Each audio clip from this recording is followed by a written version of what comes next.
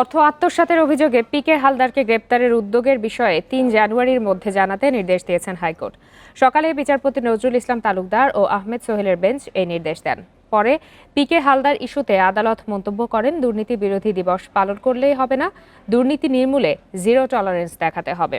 গত ১৯ নভেম্বর অর্থ পাচারের ঘটনায় এনআরবি গ্লোবাল ব্যাংক ও রিলায়েন্স ফাইন্যান্স লিমিটেডের সাবেক ব্যবস্থাপনা পরিচালক পিকে হালদারকে দেশে ফেরানো এবং গ্রেপ্তারের বিষয়ে কি কি পদক্ষেপ নেওয়া হয়েছে তা জানতে চান হাইকোর্ট।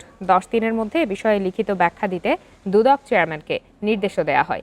এর আগে গত ২০ অক্টোবর পিকে হালদার হাইকোর্টকে দেশে ফেরার কথা জানালেও আর ফেরেননি।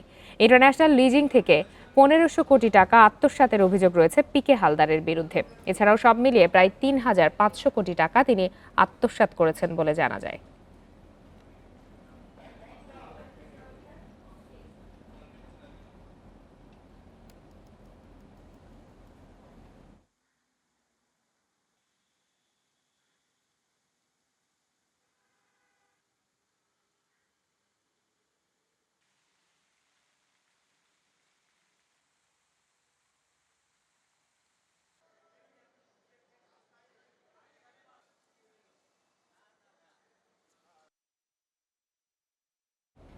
এ বিষয়ে আরো বিস্তারিত জানাতে হাইকোর্ট চত্বর থেকে যোগ দিয়েছেন সহকর্মী জান্নাতুল ফেরদাউস তানভী।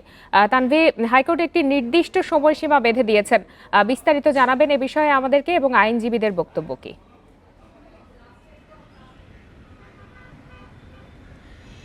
আজকে এই যে মামলাটি এসছে এটি আসলে একটি সুমোটো রুল ছিল আদালতের। এর আগে পিকে হালদারের যে আর্থিক প্রতিষ্ঠান ছিল আইএলএফএসএল, সেই আইএলএফএসএল এ যারা বিনিয়োগকারী, কয়েকজন বিনিয়োগকারী আবেদন করেছিলেন এর আগে গত বছর হাইকোর্টে একটি আবেদন করেছিলেন ওই প্রতিষ্ঠানটি অবলুপ্তি ঘোষণা করার জন্য।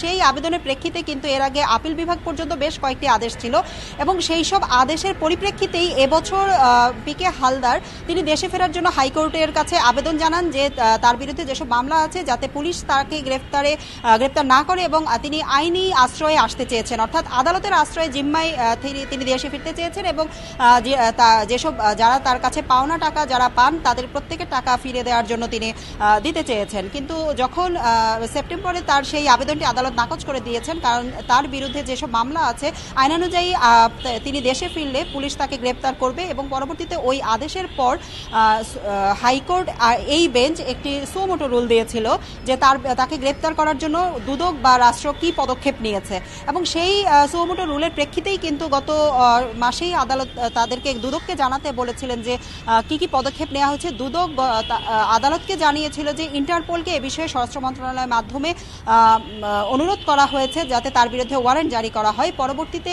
ইন্টারপোল বিচারিক আদালত যে গ্রেপ্তারি পরোয়ানা জারি করেছে সেই আদেশ চাইলে ইন্টারপোল সেই আদেশ চায় এবং এটি আদালতে দুদকের আইনজীবী খুরশিদ আলম খান জানান।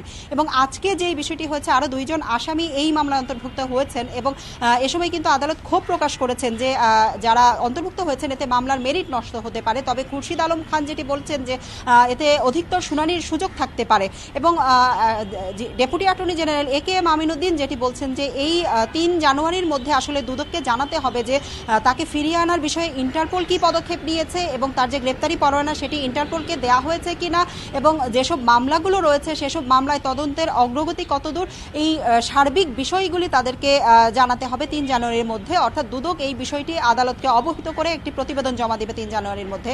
পরবর্তীতে ওই দিন এই মামলাটি আবার শুনানির জন্য আসবে। পিকে হালদারের বিষয়ে হাইকোর্টের নির্দেশনা সম্পর্কে বিস্তারিত জানাচ্ছিলেন সহকর্মী জান্নাতুল ফেরদাউস।